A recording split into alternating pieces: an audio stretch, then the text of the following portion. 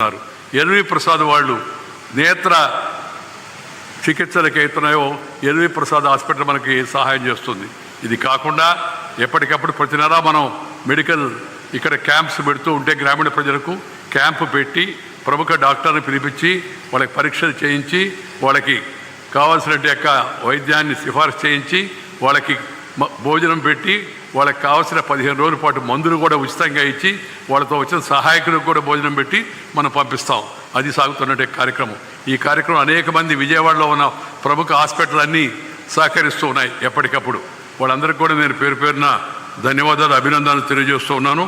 ఈ 3 చాప్టర్లు మంచిగా ఇంకా భవిష్యత్తులో కూడా నా తర్వాత కూడా నడవాలని నా కోరిక.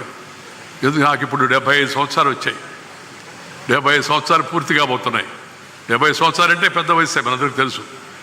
కానీ ఆ తర్వాత కూడా ఈ ట్రస్ట్ నిరాటంకంగా కొనసాగేందుకు పిల్లలు దీప, అలాగే డాక్టర్ శ్రీనివాస్ గారు, దీంట్లో ట్రస్టీలుగా ఉన్నట్టు యొక్క రాజయ్య గారు, అలాగే మన అశోక్ గారు, అదేవిధంగా గంధి విశ్వనాథ్ గారు, అలాగే మిగతా మిత్రులు అందరూ కూడా వాళ్ళందరూ కలిసి ఇదే విధంగా ఈ ట్రస్ట్ని భవిష్యత్తులో మంచిగా ముందుకు తీసుకెళ్లాలని కోరుకుంటూ మీ అందరి యొక్క సహకారం, ప్రోత్సాహం, ఆశీర్వాదం మిమ్మల్ని నేనేం అడగడం లేదు.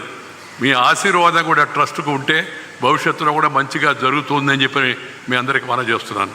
3వ పాయింట్ నేను చెప్పదలుచుకుంది ఏంటంటే, నేను జీవితంలో అనేక పదవులు అనుభవించాను. చిన్న స్కూల్ పీపుల్ లీడర్ నుంచి, కాలేజీ ప్రెసిడెంట్ దగ్గర నుంచి, యూనివర్సిటీ స్టూడెంట్స్ చైర్మన్ దగ్గర నుంచి, యూత్ వింగ్ స్టేట్ ప్రెసిడెంట్ నుంచి, youth wing all India vice president దగ్గర నుంచి, బీజేపీ స్టేట్ జనరల్ సెక్రటరీ నుంచి, ఆల్ ఇండియా జనరల్ సెక్రటరీ నుంచి, బీజేపీ స్టేట్ ప్రెసిడెంట్ నుంచి, ఆల్ ఇండియా ప్రెసిడెంట్ దగ్గర నుంచి, అలాగే గ్రామీణాభివృద్ధి మంత్రి నుంచి, పట్టణాభివృద్ధి మంత్రి నుంచి, అలాగే మన యొక్క పంచాయతీరాజ్ కేంద్ర ప్రభుత్వంలో మంత్రిగా ఉండి, అదేవిధంగా పార్లమెంటరీ వ్యవహారాల శాఖ మంత్రిగా ఉండి, ఇన్ఫర్మేషన్ బ్రాడ్కాస్టింగ్ మినిస్టర్గా ఉండి, అలాగే అంతకుముందు వాజ్పేయి గారి హయాంలో గ్రామీణాభివృద్ధి మంత్రిగా ఉండి అనేక పనులు నిర్వహించేటప్పుడు నాకు ఎంతో సంతృప్తి వచ్చింది. దాంతోపాటు భారత ఉపరాష్ట్రపతిగా ప్రధానమంత్రి గారి మోడీ గారి కోరిక మేరకు ఉపరాష్ట్రపతిగా కూడా 5 ఏళ్ల పాటు ఉండి ఆ పదవి బాధ్యతను కూడా నిర్వర్తించాను. అది కూడా నాకు తృప్తినిచ్చింది. కానీ వీటన్నిటికన్నా బాగా నాకు తృప్తినిచ్చేది, ఇస్తున్నది ఏంటంటే ఈ స్వర్ణ భారత సేవా కార్యక్రమాలని చెప్పని మీ అందరికీ మనం చేస్తున్నాం. అక్కడంటే పదవి ఉంది, పదవి ద్వారా సేవ. ఇది అంటే పదవి కాదు, లేదా ప్రభుత్వంతో నిమిత్తం లేకుండా ప్రతి share and care is the core of Indian philosophy. మన దేశంలో ఆదికాలం నుంచి, వేదకాలం నుంచి, పుణ్యకాలం నుంచి, పురాణకాలం నుంచి మన పూర్వీకులు అనుభవించి, రంగరించి, మేళవించి మనకు అందించినట్టు వారసత్వం అవుతుందో, ఆ ధార్మిక సంస్కృతి అవుతుందో, ఆ సంస్కృతిలో నీతో పాటు ఇతరులను కూడా మంచిగా చూసుకోవాలి.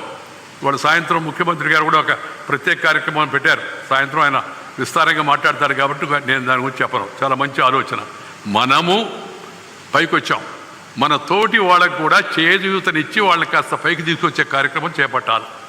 వాళ్ళకి కావాల్సిన శిక్షణ ఇవ్వాలి, వాళ్ళకి కావాల్సిన సౌకర్యం కలిగించాలి. ఇది స్వర్ణ భారత్కి ఉద్దేశం. అందుకని ఆ సేవా కార్యక్రమంలో పాల్గొంటున్నంత తృప్తి మరొక దాంట్లో లేదు అని చెప్పని మీ అందరికీ నేను మనం చేస్తున్నా. ఈ సేవా కార్యక్రమం ఇలాగే కొనసాగాలని కూడా నేను అభిలషిస్తున్నాను. ఆఖరికి ఒక పాయింట్ చెప్పదలుచుకుంది ఏంటి, నేను ముఖ్యమంత్రి గారి సమక్షంలో అందుకే ముందు మాట్లాడతాను అన్నాను. లేకపోతే తప్పనిసరిగా ముఖ్యమంత్రి గారిని మాట్లాడమని చెప్పుండేవాడిని.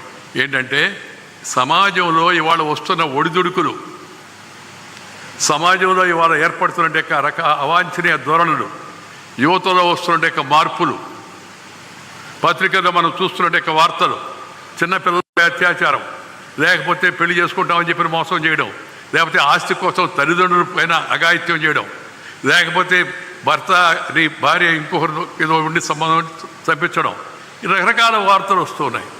అలాగే ముఖ్యంగా యూత్ కూడా కొంతమంది తప్పుదారి పడుతూ ఉన్నారు.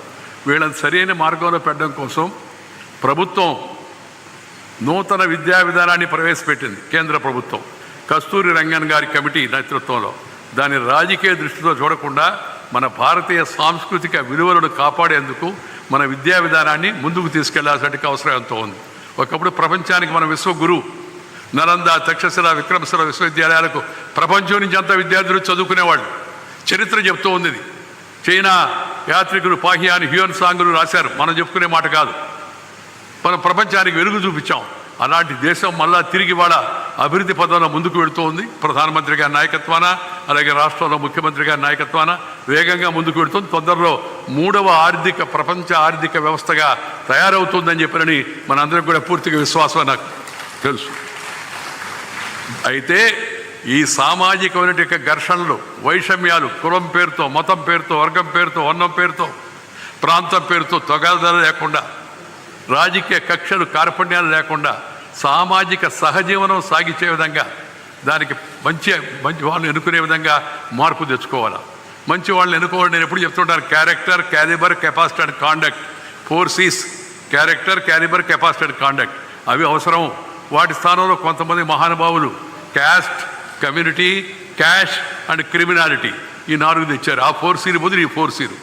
అలాంటి వాటి ప్రభావం లోను కాకుండా సమాజానికి, యువతరానికి చక్కని మార్గదర్శనం చేసి వాడు సొంత కాళ్ళపై నిలబడే విధంగా విద్యా విధానంలో ప్రాధాన్యత, స్కిల్ డెవలప్మెంట్ ముఖ్యమంత్రి గారు ఎలాగూ ప్రాధాన్యత ఇవ్వాలనే పట్టుదలతో ఉన్నాడు. దాన్ని మరింతగా ప్రోత్సహించి ముందుకు తీసుకెళ్ళి మోరల్ ఎడ్యుకేషన్ ఒక సబ్జెక్టుగా ఉండాలి. నేను లాస్ట్లో చెప్పదలుచుకున్నది, నేను చదువుకున్నప్పుడు చిన్నప్పుడు ఈ మాత్రం సంస్కారం అబ్బిందంటే, ఒకటి మా అమ్మమ్మ, మా తాతయ్య నాకు ఇచ్చినట్టే పరిజ్ఞానం, విజ్ఞానం.